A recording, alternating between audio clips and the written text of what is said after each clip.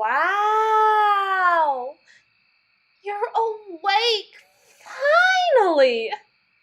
Finally! And thank whatever god of perpetual balance in this life you woke up at the time you did! It's bad enough for me to wake up with a fool in my bed, but a dead fool? With my luck, they tell me to save it for the husband! I told you it was my private chamber. What do you think I meant by that? You think I'm doing this for kicks? Okay, maybe a little. My father, the symbol of this dynasty's era of splendor and merriment, outside of all those other times where things were not so splendorous and not so merry, would totally lose his head at the idea of a common circus freak in my bed. I mean, you would probably be the one who actually has to worry about your head being cleaved from your neck, but I wouldn't let that happen. The old codger's already halfway over the mountain anyways. All the king's horses and all the king's men might be loyal to my old man, but my signature is the only one that matters. They'll realize sooner or later he might as well be a suckling pig who's grown fat and happy with the plenty of the masses. And the only worth he has to anybody at this point would be for all of us to cut him open and have our much-deserved fills. Chickens and cows are such humble creatures, wouldn't you say? They give, and they give, and they give, and they give over the course of their entire natural lives. And then we take and take and take everything they have left to provide. Pigs? Pigs are greedy fuckers. They eat anything you give them, and then you eat them if you want anything from them at all. And then they eat you. Rest in peace, Mother. But they'll see it. Sooner or later, they'll all see. Oceans rise. Empires fall. And I'll steer that ship however I'll see fit, through it all. Well, my point was supposed to be that the only place you could be safer than my bed would be the tombs of the last great emperors. Everyone talks big game about those old piles of bones, but, well, far be it from me to belabor my point about the way their excess teems over the sides of this country. You're among friends here. I never laughed a true laugh at that ceremony. But that's the thing. I could laugh. As cold and as fake as it was. It was a laugh. A laugh. A polite laugh, sure, but a laugh. I bet those old codgers just think I was humbling myself in front of the courts with the knowledge that a leader needs to be jolly and great, sure. But as the first empress the kingdom has ever seen, that it was a calculated matter of decorum. I may have even gained their favor for my perceived willingness to prostrate myself at their feet. The ceremony went exactly according to rehearsals, only even better. And it's all thanks to you. You might not have cracked a single laugh out of me, but your joy is like the plague, and the amount of times you stumbled your way through a line you were certain would bring me as much mirth to hear as it did for you to just say spread through me like a cancer, and taught me what such a sound could truly sound like under the purest of intentions conceivable. My father laughs to make himself look good. I had no idea that it felt good.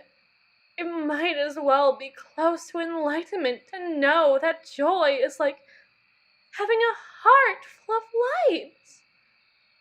Balance means nothing in the face of living with even a fraction of that kind of feeling in perpetuity.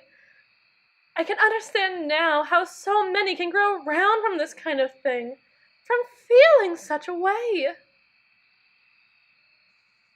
I've long since chosen the path of the emaciated and limber, but I was a starved man before, who didn't even know how to hunger. Before I knew you. And you served up plate after plate of the feeling, and somehow I still feel starved. I can't get enough of it.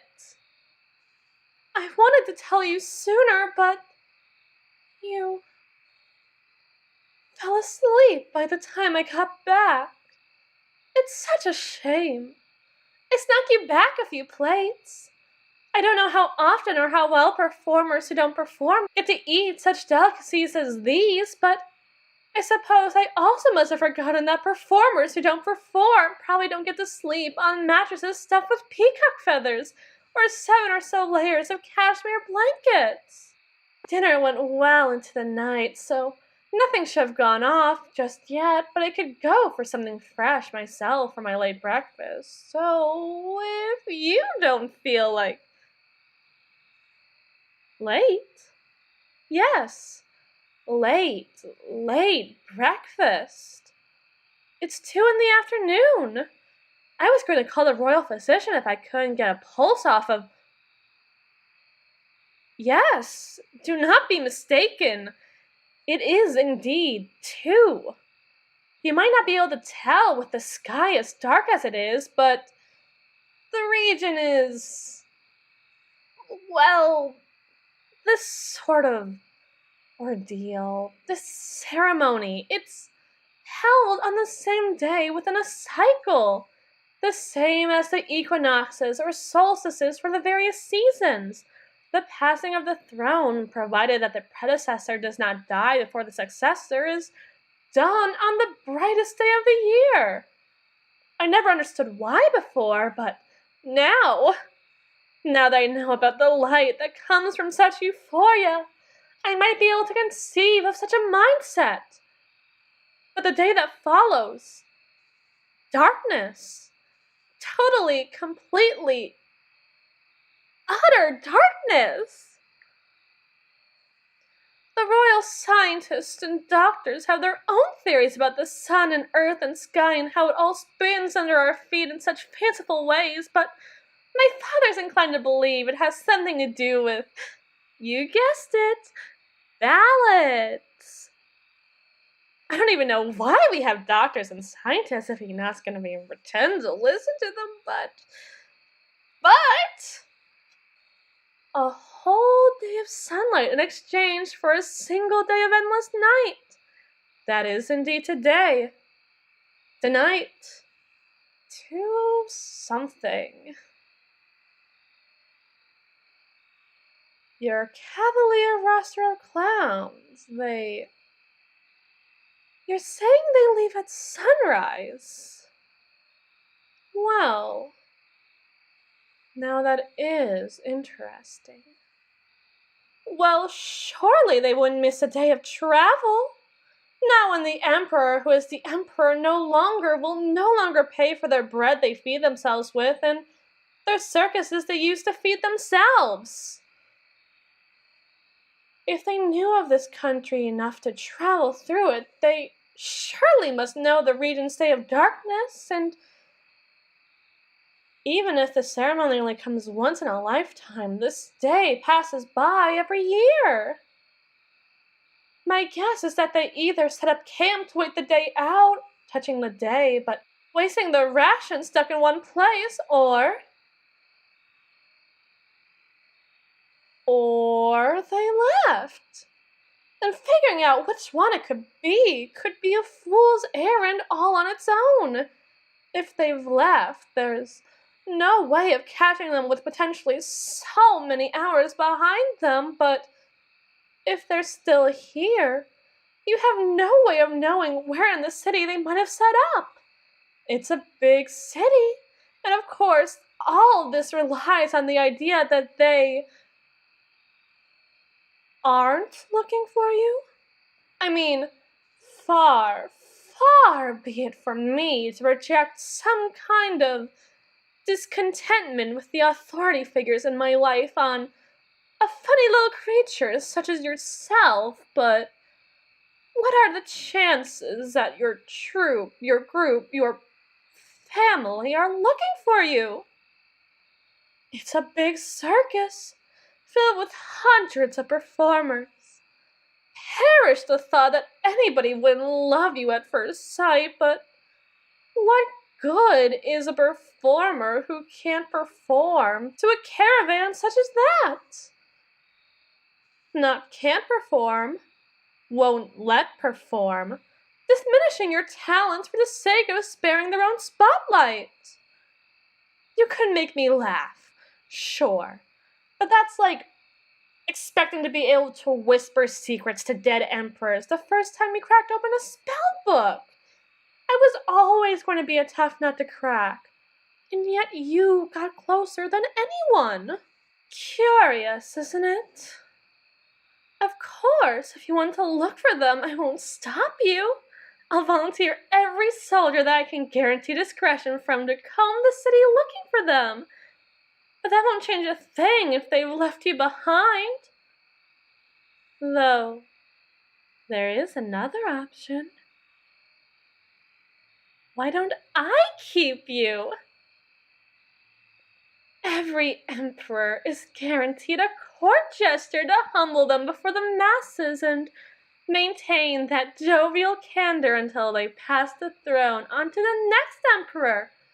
As the unofficial empress until my official coronation day, I'd get the chance to pick some of my own staff members.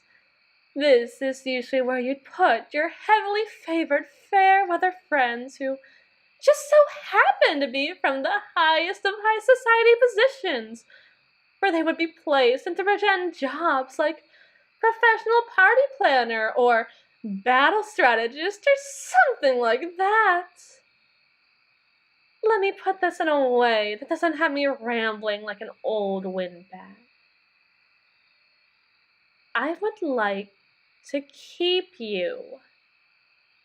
You have brought me to the very proximity of joy. And that's closer than anyone on this whole damn planet has gotten in a long time. A very, very long time.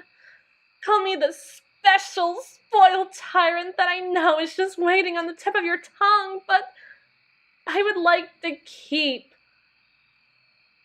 the one thing that I found that is capable of making me happy close, and the world that has deprived me of it as far away as possible. You can go looking, though. You are no caged bird of mine, just know, while the world is so dark and cold from outside this window of mine, I'd gladly provide the comforts of a gilded cage, for as long as you don't try to fly away on me. I've made my offer. I've stuck my claim. I'm giving you the choice to take it. I'd say you'd be a fool not to, but who would ask a bird not to fly? Someone who'd be willing to force it not to? Ha, ha, ha.